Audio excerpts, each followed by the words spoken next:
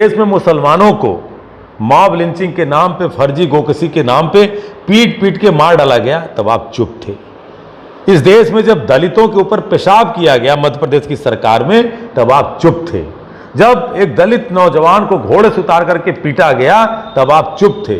जब इस देश में पहलवान बेटियां अपने लिए न्याय मांगते हुए दिल्ली की सड़कों पे घसीटा गया और उसका दोषी सांसद के ऊपर कार्रवाई नहीं की गई, तब आप चुप थे। और इसी तरह से यहीं पे BHUIT में जब उस बालिका के साथ 1 नवंबर की आधी रात को गैंगरेप करते हैं भारतीय जनता पार्टी वाराणसी महानगर के सोशल मीडिया के लोग, तो कांग्रेस पार्टी विरोध कर रही थी, तो यही प्रशासन के लोग चुप थे। 4 दिन में उस पीड़ित बालिका के नाम पे, जो आंध्र प्रदेश की बेटी थी, कानूनन उसका नाम नहीं ले सकता, उस साउथ की बेटी का जब गैंगरेप किया भाजपा के पदाधिकारियों ने, तो 4 नवंबर को ही वाराणसी पुलिस ने शनाख्त कर लिया था। लेकिन प्रशासन का जो दायित्व बनता था वो काम नहीं किया। शासन और यहाँ के एक निजी विधायक के वो करीबी थे, उनको दबाया गया। और जब तक 5 राज्यों का चुनाव नहीं बीत गया, परिणाम नहीं आ गया, तब उन भाजपाई पदाधिकारियों को 60 दिन बाद इन पुलिस के लोगों ने जेल की सलाखों के पीछे भेजने और का आप देख रहे कांडी बनारसी में आपका स्वागत है। देश के प्रधानमंत्री नरेंद्र मोदी और योगी आदित्यनाथ लगातार लॉ एंड ऑर्डर की बात करते हैं। लॉ एंड ऑर्डर की बात करते करते उनके ही जो लोग हैं, जिस तरीके से वर्दीधारी दरोगा के ऊपर जिस तरीके से हमला बोल देते हैं, ये मामला बनारस का है। और सीधे तौर पे हम बात करेंगे, कांग्रेस प्रवक्ता संजीव सिंह हैं, इनसे बात करेंगे क्या मामला था, ऐसी क्या दिक्कतें आ गई कि जिस तरीके से उस वर्दी वाले के साथ यहाँ के जो भगवाधारी कह ले, इस तरीके की घटना की है। आप क्या मानते हैं जिस तरीके से भगवाधारी लोग उस दरोगा को उसके वर्दी फाड़ दिए, उसके बिल्ले छीन लिए, तमाम तरह की आप पुलिस उनके ऊपर दबिश दे रही है? देखिए, ये मोदी शाह और योगी और मोदी के जो डबल इंजन की उत्तर प्रदेश की सरकार है और देश में जो सरकार है, हम बहुत पहले से कहते चले आ रहे हैं। और हमने बार बार कहा था, नवाज देवबंदी के उस शेर के साथ बंदी की जो 4 लाइन थी, जो इस समाज को लेकर रेखांकित कर रहे थे, वो अब चीज़ें सामने आ रही हैं। और क्या कहा था नवाज देवबंदी ने कि जलते घर को देखने वालों, फूस का छप्पर आपका है, आपके पीछे तेज हवा है, आगे मुकद्दर आपका है, उसके कद पर मैं चुप था, मेरा नंबर अब आया है, मेरे कद पे आप चुप हो, अगला नंबर आपका है। तो ये चीज़ें अब चल रही हैं, क्योंकि जब इस देश में मुसलमानों को मॉब लिंचिंग के नाम पे, फर्जी गोकशी के नाम पे पीट पीट के मार डाला गया, तब आप चुप थे। इस देश में जब दलितों के ऊपर पेशाब किया गया मध्य प्रदेश की सरकार में, तब आप चुप थे। जब एक दलित नौजवान को घोड़े से उतार करके पीटा गया, तब आप चुप थे। जब इस देश में पहलवान बेटियां अपने लिए न्याय मांगते हुए दिल्ली की सड़कों पे घसीटा गया और उसका दोषी सांसद के ऊपर कार्रवाई नहीं की गई, तब आप चुप थे। और इसी तरह से यहीं पे BHUIT में जब उस बालिका के साथ 1 नवंबर की आधी रात को गैंगरेप करते हैं भारतीय जनता पार्टी वाराणसी महानगर के सोशल मीडिया के लोग, तो कांग्रेस पार्टी विरोध कर रही थी, तो यही प्रशासन के लोग चुप थे। 4 दिन में उस पीड़ित बालिका के नाम पे, जो आंध्र प्रदेश की बेटी थी, कानूनन उसका नाम नहीं ले सकता, उस साउथ की बेटी का जब गैंगरेप किया भाजपा के पदाधिकारियों ने, तो 4 नवंबर को ही वाराणसी पुलिस ने शनाख्त कर लिया था। लेकिन प्रशासन का जो दायित्व बनता था वो काम नहीं किया। शासन और यहाँ के एक निजी विधायक के वो करीबी थे, उनको दबाया गया। और जब तक 5 राज्यों का चुनाव नहीं बीत गया, परिणाम नहीं आ गया, तब उन भाजपाई पदाधिकारियों को 60 दिन बाद इन पुलिस के लोगों ने जेल की सलाखों के पीछे भेजने का काम किया।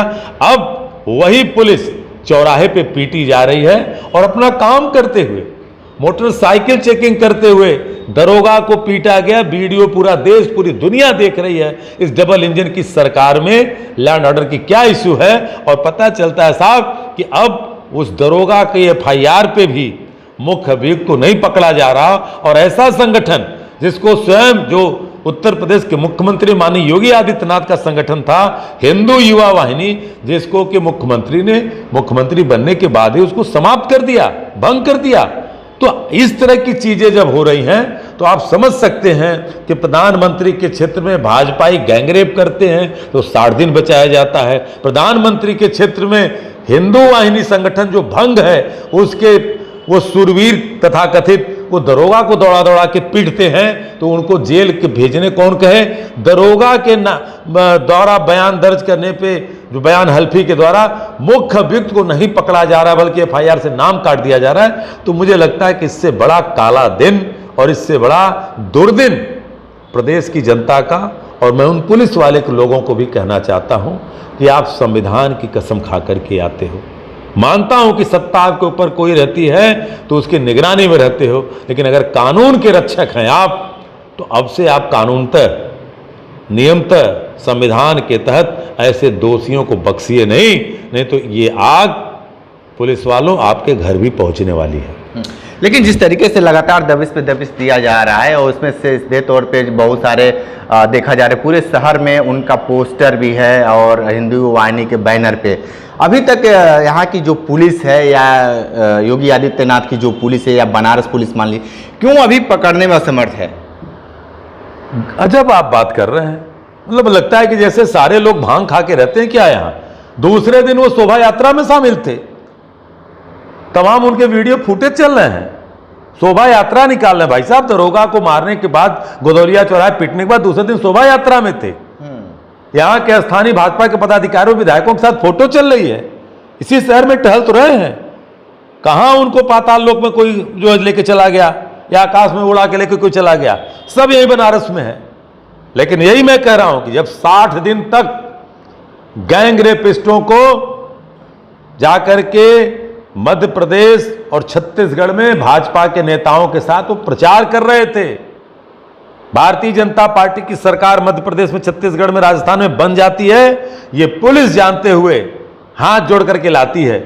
आपने देखा कहीं पुलिस ने जो पता चलता है कि कोर्ट से उनको रिमांड लेती है, आपने सुना गैंग रेपिस्टों की रिमांड ली गई? आपने सुना जो बुलडोजर जो सरकार चलाती थी कहीं बुलडोजर गया या इस घटना में बुलडोजर जाएगा? हाँ, अगर यही गैंग रेपिस्ट किसी दूसरे पार्टी के होते, एक मुसलमान होता, दलित होता, तो बुलडोजर चला गया होता। दरोगा को मारने वाला अगर मुसलमान होता, दरोगा को मारने वाला कोई कांग्रेस का कार्यकर्ता होता, पहली बात तो हम इस तरह के हम कृत्य करते नहीं, या किसी दूसरे दल का होता तो अभी बुलडोजर भी चला गया होता, वो पकड़ा के जेल में चला गया होता। तो आज जो लोग कानून के रक्षक बने थे वो खुद कानून के भक्षक बन चुके हैं। और मैं बार बार कह रहा हूं कि पुलिस के लोगों, प्रशासन के लोगों, अगर आप जनहित में संविधान के तहत लॉ एंड ऑर्डर का पालन नहीं करोगे तो ये आग आपके घर भी जाएगी। अभी तो आप चौराहे पे पीटे जा रहे हो, कल आपको घर में घुस के मारेंगे। एक चीज़ बताइए, जब पुलिस वाले खुद सुरक्षित नहीं है तो आम जनता उत्तर प्रदेश या देश में सुरक्षित है, आप मानते हैं?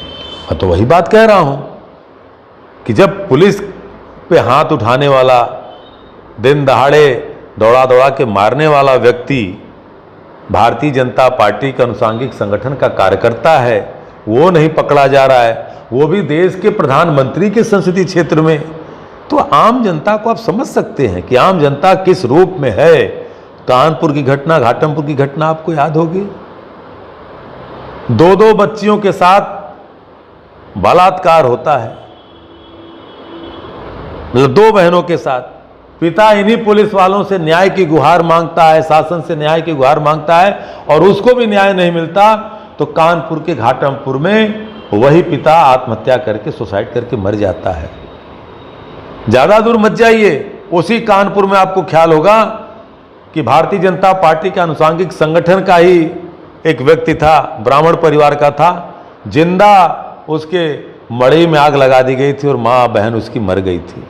क्या हुआ सब कुछ सामने है।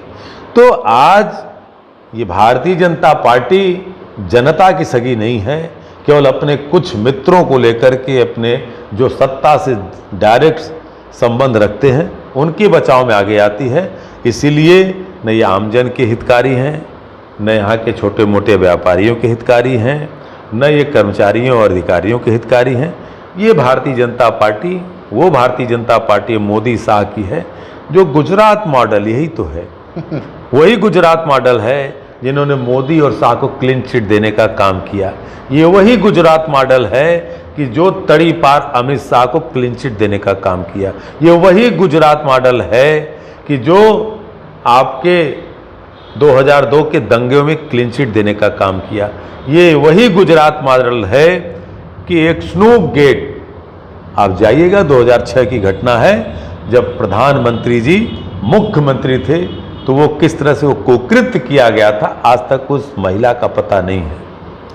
ठीक है, तो आप कांग्रेस प्रवक्ता संजीव सिंह को सुन रहे थे, बहुत सारी बातें बताए हैं और ये जो घटना घटी है प्रधानमंत्री नरेंद्र मोदी के सांसदीय क्षेत्र में बेहद शर्मनाक है। विशेष रिपोर्ट कर रहे थे तो हमारे साथ बन रही कांडी बनारसी के साथ में दीजिए इजाजत, नमस्कार।